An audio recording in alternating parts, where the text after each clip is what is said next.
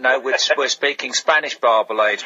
We certainly are, yeah, we certainly are. So, yeah, so as I said, we ended up on the Guadiana River when we was out there a couple of weeks ago, and you'll know where I'm talking about. It reminded me so much of the Carvery at Galabor Camp in India. Yeah, do you know, that was what it was like when I fished in Andalusia for the Andalusian barbel. Yeah. And that I went there again with Johnny Jensen, who I first met in India, and I think it was 1991. And that was just like, it looked like the Calvary. The fishing was the same, but it was just mini version scaled down. Yeah, great stuff. Yeah. So, I say it's worth, anybody wants to have a look, worth searching on Google if you just type in Barbel and then Extremadura, which is the area in Spain, as you know. It's like the Lake District of Spain, if you like. It is. It's a beautiful area, isn't it? It's lovely wildlife, and you get great weather as well, don't you? Yeah, I mean, baking when we were there. 30 degrees last week, but the only downside is we were camping rough, bivvying up, and miles, an hour's drive over dirt tracks from the nearest road. So, that's right. We were talking bass, because that's right. We did a lot of bass fishing while we were there. And how's this for finding? You know, I always say three most important things are location, location, location.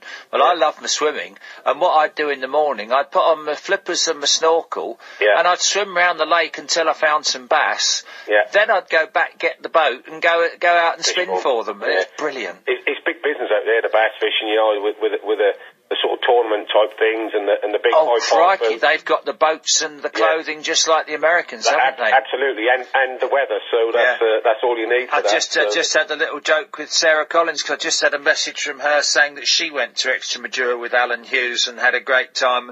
I said to her I went with Pedro the policeman, who was a bass fisherman, and 50-mile-an-hour boat and all. Oh, you just can't believe it. It's big business. It certainly is, but say lovely area, enjoyable time as well, and it's worth searching on Google, Barbel Extremadura, and there's quite a few hits come up there. The guy I went with, another guy there, Juan, who's a Spanish guy, he knows the routes on the lakes as well as the rivers, and he does some good packages as well. He'll pick you up from the airport, looks after you.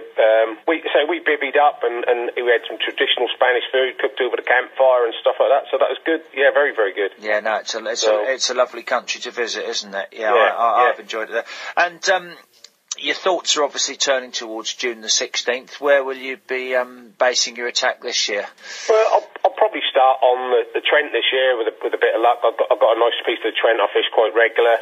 I also like the Barbel Society water on the Trent. It's Sutton on Trent. That usually starts quite well with a few good fish.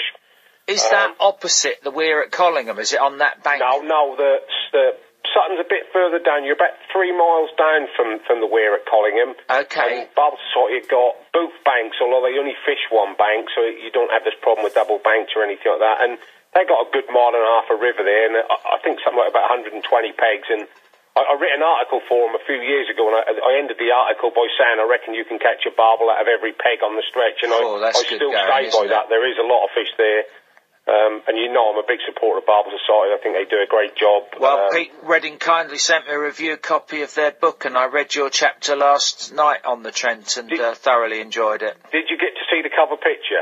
I did, and I spotted you in your natty little cap, yes. Well, that's the picture my girlfriend took of me on the Trent a couple of years ago, so we're... Not only did we get a chapter, but I'm quite pleased to say I'm proud of her. She's actually got a great picture on the cover. Fantastic picture. And a byline. I can't remember her name because it was very, very Dutch, but...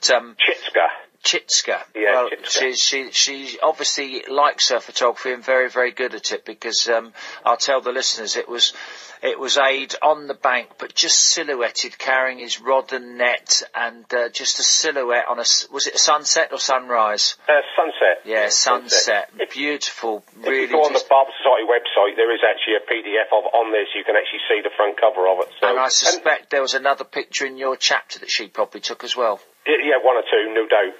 Yeah. One or two. But, you can actually buy the book as well. Just mention that. You can buy the book from the Barbel Society website. So, anybody's really into the barbel fishing, I think that'd be one of the best barbel books been out for a long time. Oh, definitely. No, I'm really enjoying it. I liked reading Westy's tips at the end, and I got it yesterday, and I've already read probably 5 chapters. You're ahead of me, because although I'll get a copy on the day when it's launched, I haven't sort of seen anything yet other than the chapter I wrote.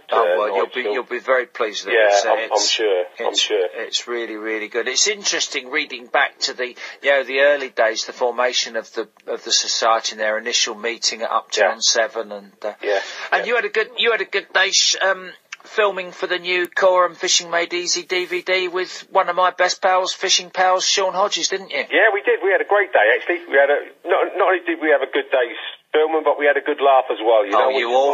That's why I like fishing with Sean. You always have a laugh with Sean, don't you? Yeah, we did. We had a good day. That's a shame, really, because we had tough conditions, really. We had 3 days before where I was down on the 7, just enjoying the fishing, and the day of the filming, I absolutely tipped down the rain, but you know, us old boys, we still pulled out the fire when we had to. You were the same as me and Andy Finley. We went and did our part of the film on Brooksby Lake in Leicestershire, which I should think, you know, if you were there today, you'd probably catch a dozen or more carp. They'd be queuing up. Yeah. We got there, and I joked to him. I said, I think my sat-nav's got wrong. I think I'm in Siberia. Yeah. I think it was the beginning of April, and it was the coldest, bitter, Andy was frozen. It was a really bitter easterly wind. And I mean, even the fin, I can't remember how many caught, but, you know, we really struggled. Yeah.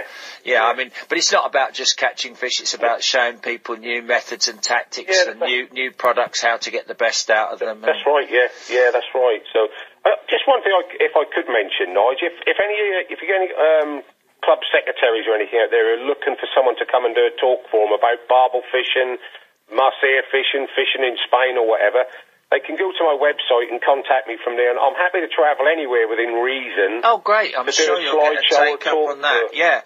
What's your website, Aid? I didn't realise you had one. I'll have a look at it. www.team, as in football team, Team Barbel, all one word, .co.uk. Like it. And I've got, just recently, last week, launched a Facebook page. We're already up to 200 hits on that, or 200 likes on that, so I'm quite pleased with that. If anybody has on Facebook and want to keep up to date with what we're doing, just go on to Facebook, look for Team Barbel and give us a like. And, you know, with technology now, with the iPhone and stuff like that, you can just update from the bank, so that's the good thing about it. That was the interesting thing in the intro to the Barbel Society book was, I think it was Steve Pope talking about in the early days, they used to record a cassette tape of meetings and then send it round to other region for other members to listen to. Yeah. Unbelievable how we've changed, isn't it? That's only 20 years ago. That's right. Yeah, that's right. Absolutely incredible. But if you look at it, fishing gear's changed in the same way. I mean, a lot of what we use these days is just so... You go back 20 years to what we were using and what we use now, and it just changes so much.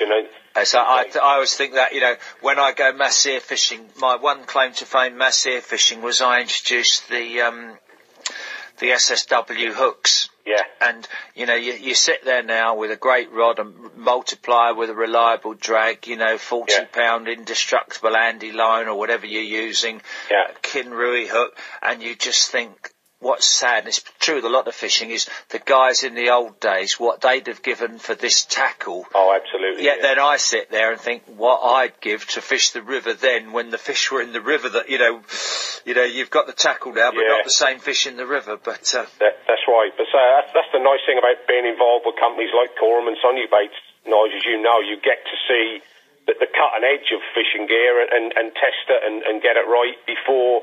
Joe Public gets to have a go with it, and that's the nice thing about it. And you know yourself, we see some things sometimes, and you think, well, that's rubbish, if you like, and it gets kicked out before ever it even gets to even go to the riverbank. But that's the nice part of being involved in tackle development. And just before I go, I know you're a massive fan of the sausage sizzle, aren't you?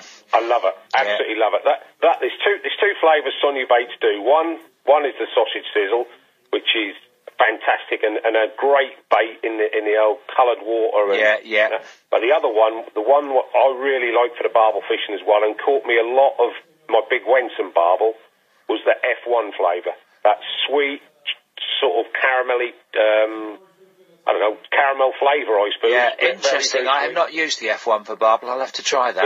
Believe me, just try that on a piece of meat or make a paste up with it like you talked about. I caught on the before. 7 on a little Sonu Bakes designed for method feeder, a little white chocolate boilie on the 7. Did well on those. But barbel have got quite a sweet tooth. I mean, the favourite thing they like is they love garlic, but they also like sweet things, particularly when the water is colder and clearer. Sweet things seem to work quite well.